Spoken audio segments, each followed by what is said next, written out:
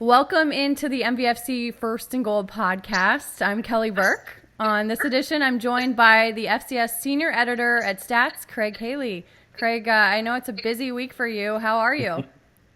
Doing well. It's an exciting time, isn't it, Kelly? Yeah, Thank you for having me on. Very exciting. I'm happy to have you on.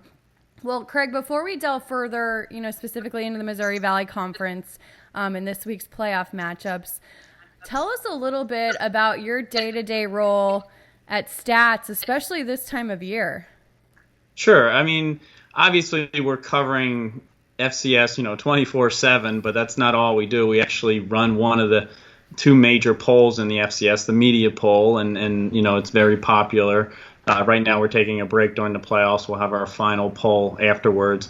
We also present the major awards in the division, the Walter Payton, the Buck Buchanan, the Jerry Rice, the Eddie Robinson Awards. We've added the Doris Robinson Award last year, which goes to the Scholar Athlete of the Year in the FCS. So those are the major awards. We've been doing it for 30 years. Stats purchased the Sports Network in February 2015, and continued the coverage, and now we're in our 30th year with our awards. So it's a fun ride.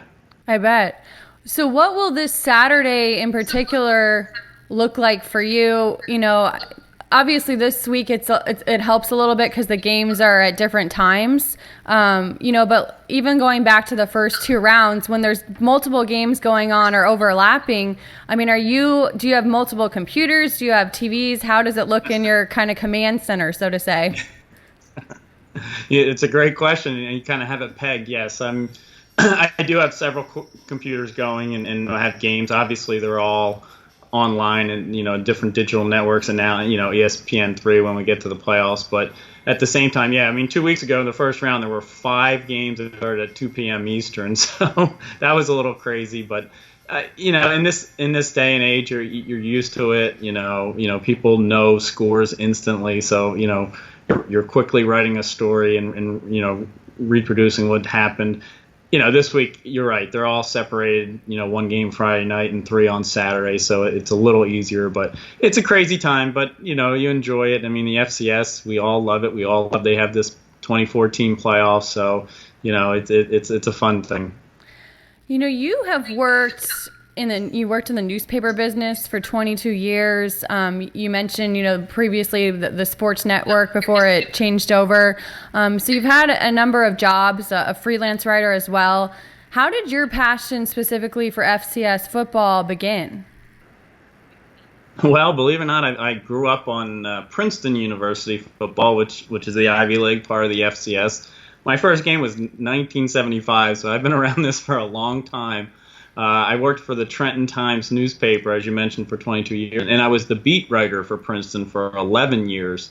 Okay. So, I've been around FCS. I eventually started doing some national work for Athlon Sports. I predict their top 25, and now I do work for their contributors network. But, I moved into the role at the Sports Network and have continued at Stats. So I have a pretty good background in FCS and a passion for it. One thing I talked about in November, I had MVFC Commissioner Patty Viverito on, and we really discussed the parity in the league this year. And of course there was a trend towards just the success of the underclassmen quarterback in that league, especially this year. What were your impressions of the Missouri Valley this year in the regular season? Well, I'm a big proponent of the football there for sure. I mean, I started saying earlier this year that there would be 6 playoff teams coming from the MVFC, and didn't quite happen. That would have been a first, but it's great football. You're right. There are a lot of underclassmen at quarterback. Obviously, it started with Taryn Christian, winning the Offensive Player of the Year from South Dakota State. So it's the best football right now. It's the best conference. Prior to this, the CAA had a big run, but the Missouri Valley has really taken charge. Behind North Dakota State's lead, obviously. But I think it's the best going, and obviously you have 3 teams in the quarterfinals. I mean, you're not going to do much better than that as a conference. So I think it's a great year, and obviously North Dakota State's still the team to beat until somebody beats them. Well, speaking of North Dakota State, one of the premier matchups this weekend is South Dakota State at North Dakota State. It's a rematch from the regular season, except in the quarterfinals now. And South Dakota State came into the Fargo Dome and pulled the upset during the regular season. But I saw an interesting stat actually on your guys' site that the Bison are 18-0 over the last decade at home in the playoffs. And so, how difficult will it be, do you think, for South Dakota State to come into the Fargo Dome and win twice in the same season? Well, that's asking a lot. And SDSU also went to the Northern Iowa and won there in their dome, so they've had a great year. Yeah. You have to give them a shot. I mean, it's going to, I think if Taron Christian can have the kind of game he did last time, I mean, he had his best rushing performance in that game, 140 yards, and he threw for over 300 yards. So he really dominated, So the Bison are going to have to not let him run wild and pick up those yards on scrambles, because that changes everything. I think, it's a close game. I do think the Bison are favored for being at home. I mean, obviously that's all they do more or less is win at home. They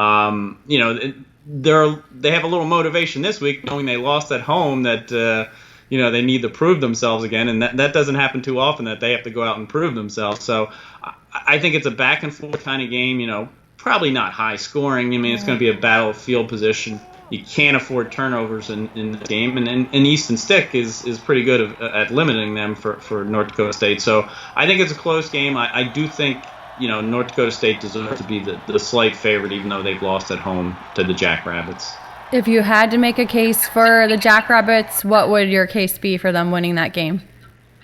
Well, certainly, yeah. Taron Christian's got to, open up the run game. I mean, with his two receivers, Godart and Weineke, I mean, they're the best going, more or less. I mean, obviously, Cooper Kupp out there at Eastern Washington, but they're going to put up numbers. I mean, obviously, North Dakota State had two senior cornerbacks last year that they had to replace. Now, the replacements have had a whole season to be ready for this, but at the same time, South Dakota State's going to try and take advantage of that.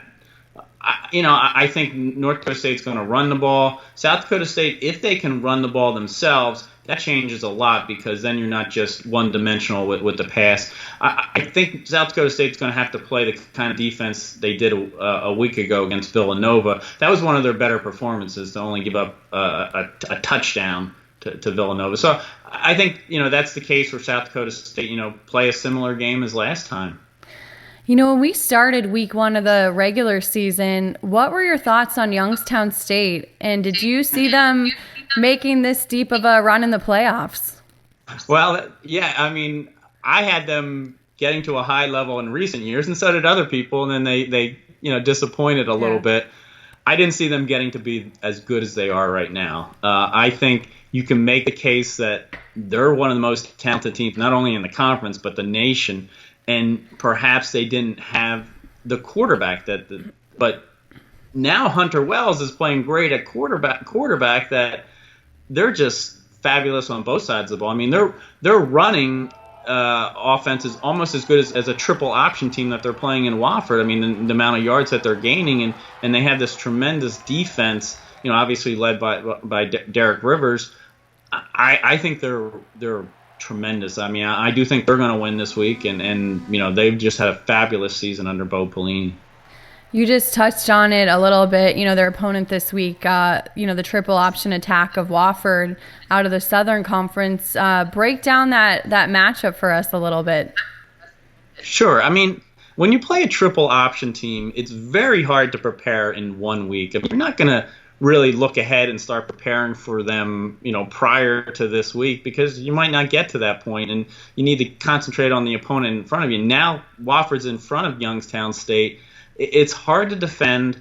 They had their quarterback get hurt last week with an ankle injury. Joe Newman, a true freshman, came in and handled himself well in the second half.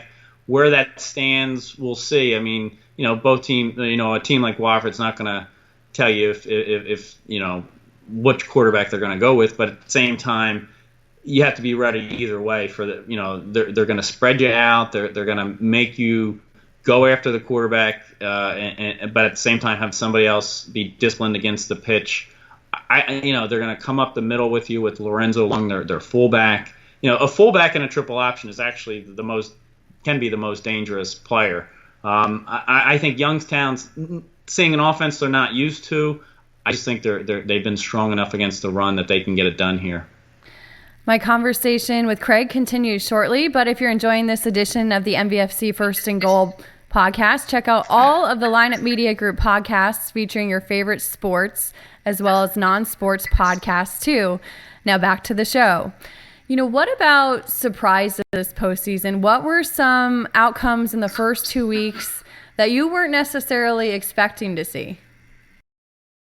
Well, the first round was obviously San Diego. They were the only road team to win, and they won Cal Poly, a team that had beat them by 22 points in the first round. You have to give them credit. That was the first win ever for the Pioneer League in the playoffs.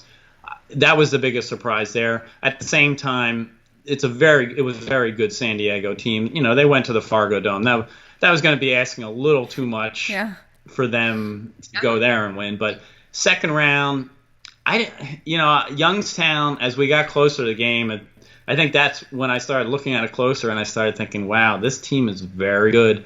And sure enough, they went and beat number 3 seed Jacksonville State. Most people are going to say that's a huge upset. It wasn't a huge upset. Wofford won at the Citadel, which was the Southern Conference champion, the Citadel. It was a little bit of a surprise because Wofford came out of their first game a little banged up to go there and kind of dominate. That was a little bit of a surprise to me.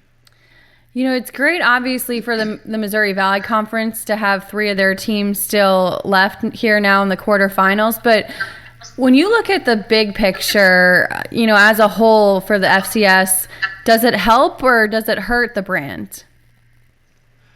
No, I think people are always asking. I think it's great that you have a dynasty team like North Dakota State. And yes, it's going to end at some point. It could end this year, but they're also deep into the playoffs, so they have to be pleased with that.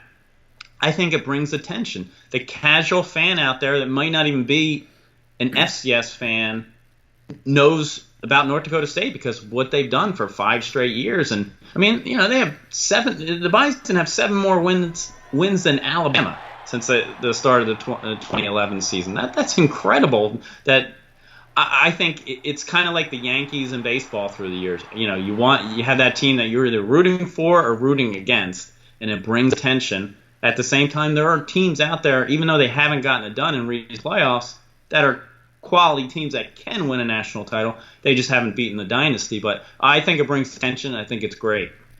When you saw this year during the regular season that South Dakota State had upset North Dakota State at the Fargo Dome, what was your very initial reaction? Were you thinking, maybe the dynasty's over? What was going through your head? Well, no. Obviously South Dakota State won on last-second touchdown. Up until that, in the fourth quarter, the Bison did pretty well of defending their turf. It didn't look like South Dakota State might get that touchdown, but they just got too many opportunities. I think it was 4 possessions maybe in the fourth quarter.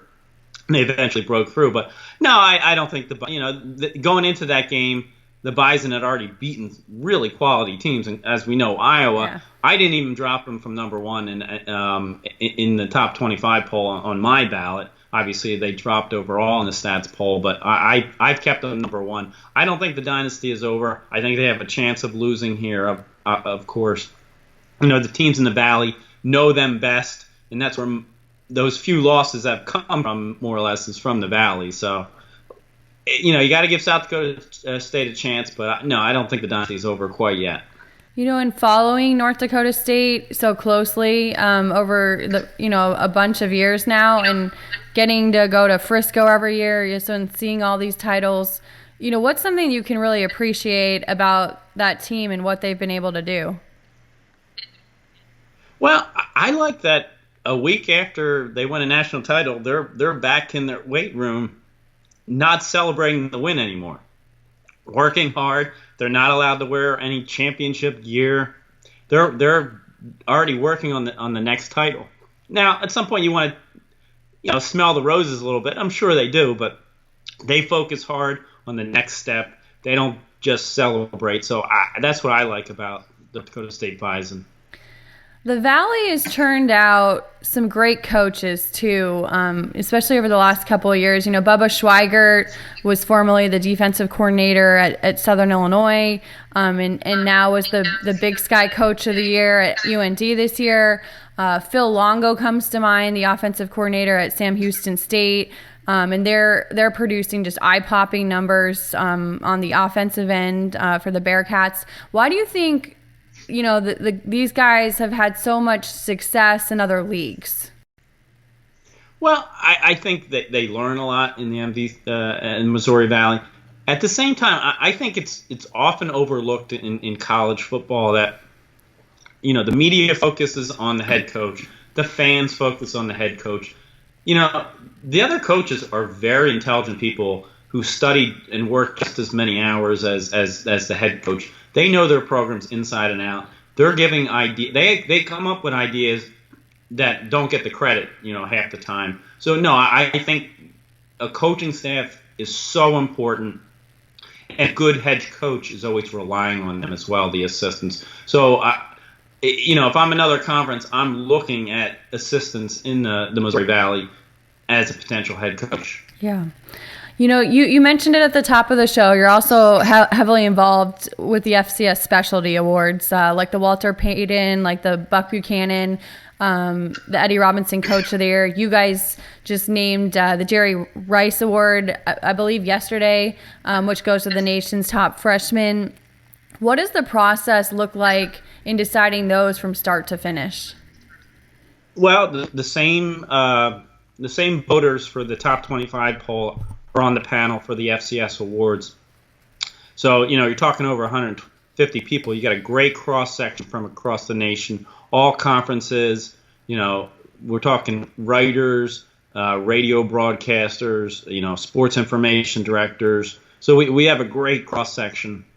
Throughout the year, I'm always in contact with the media relations directors from the leagues. Associate commissioner like Mike Hearn from the Missouri Valley, getting ideas who are the best players in the conference. Obviously we have an idea, but the conferences are going to know their players best. That's how our watch lists develop, and eventually we pare it down, depending on what happens through the year. But yeah, it's a kind of a year-long process. People may not realize that. Yeah. Going back to all the years you've covered the FCS or, previously 1AA football, as it was called, what has been your favorite moment so far?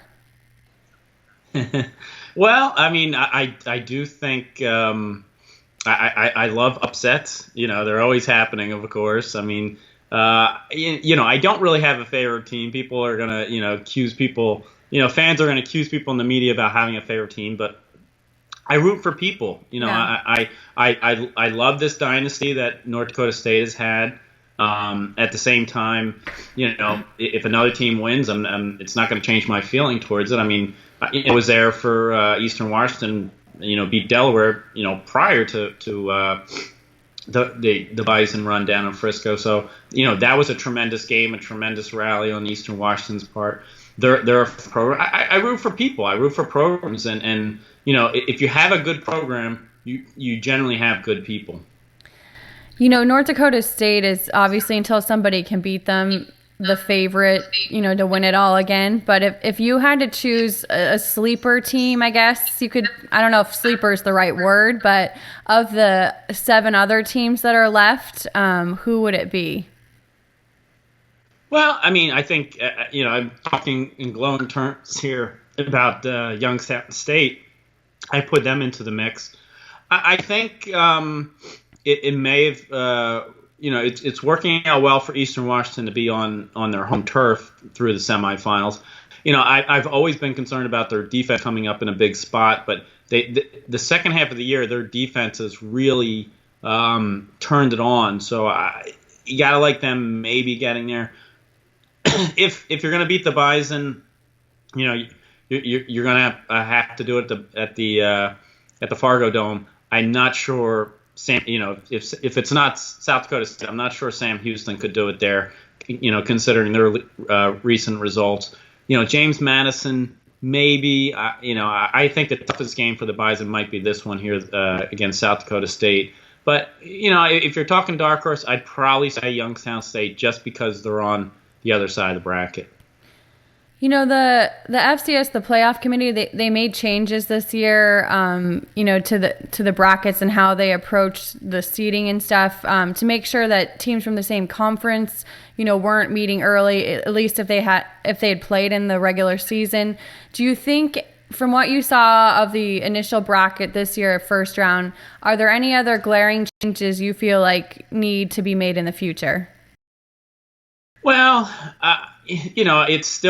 it got better this year, obviously, but I do feel geography and the costs of travel should not be the ultimate concern at all times. I mean, they did pair Cal Poly with San Diego, and they had played in the regular season. You're not really looking to do that as a committee. Other than that, they did a pretty good job. If you have 4 teams from a conference, and there were 4 conferences that had that situation, I think ideally you should go two teams on one side of the bracket, 2 on the other. It didn't quite work out that way for all 4 conferences. I think, there could be a slight improvement there, but they did a pretty good job. I mean, out of these first 20 playoff games, we're talking 10 first ever meetings between the teams. That's pretty impressive that it's worked that way. So definitely a better job this year. Just a little fine tuning, perhaps.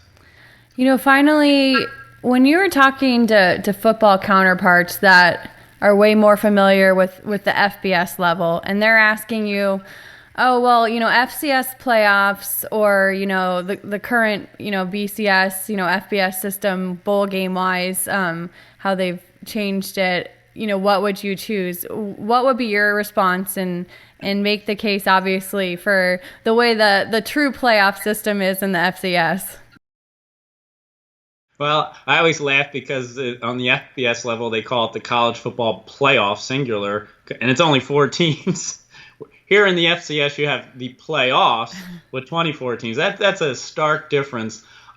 I think in many ways the FBS level, they're undecided what they want. I mean, 4 isn't enough, but it's also become such a big deal to be in those 4s that it's decreased the popularity and value of the other bowls. So I just think they're in a little bit of a transition for where they're headed. I think the FCS has it right. 24 is enough. You don't need to go any more beyond that. 8 seeded teams get a bye. They deserve it to kind of heal up in the first round for a week off.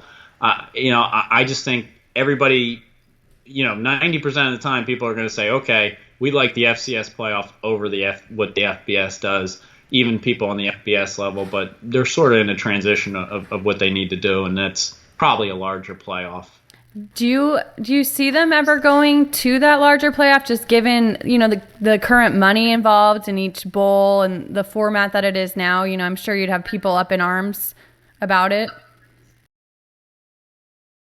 I do think they'll probably double, Kelly. I mean, going from 4 to 8 at some point. I mean, they're in their infancy with the playoff. But most people now they're focused on those 4 teams. Eventually money's going to talk, and they'll say, hey, we need to at least double this. So yeah, I think down the line it'll change. We'll see how long it takes. Well, Craig, thank you for taking the time to join me here today. Is there anything that you would like to add that we haven't talked about? Well, I hope it's a tremendous end to the playoffs. I mean, I wish the Valley well, just like I wish other conferences. I mean, hey, it worked out great that South Dakota State is playing North Dakota State. I mean, I think for South Dakota State, they probably wish this was at least on a neutral field. I mean, to have to go there and win again. But I just hope they're great games. That's what I root for, and the Valley is just fun to watch. Well, like what you heard from Craig Haley and our MVFC First and Goal podcast, check out the many other podcast offerings from Lineup Media Group, including one of their newest shows, the Blues NHL podcast. Head to lineupmedia.fm for more info or to subscribe.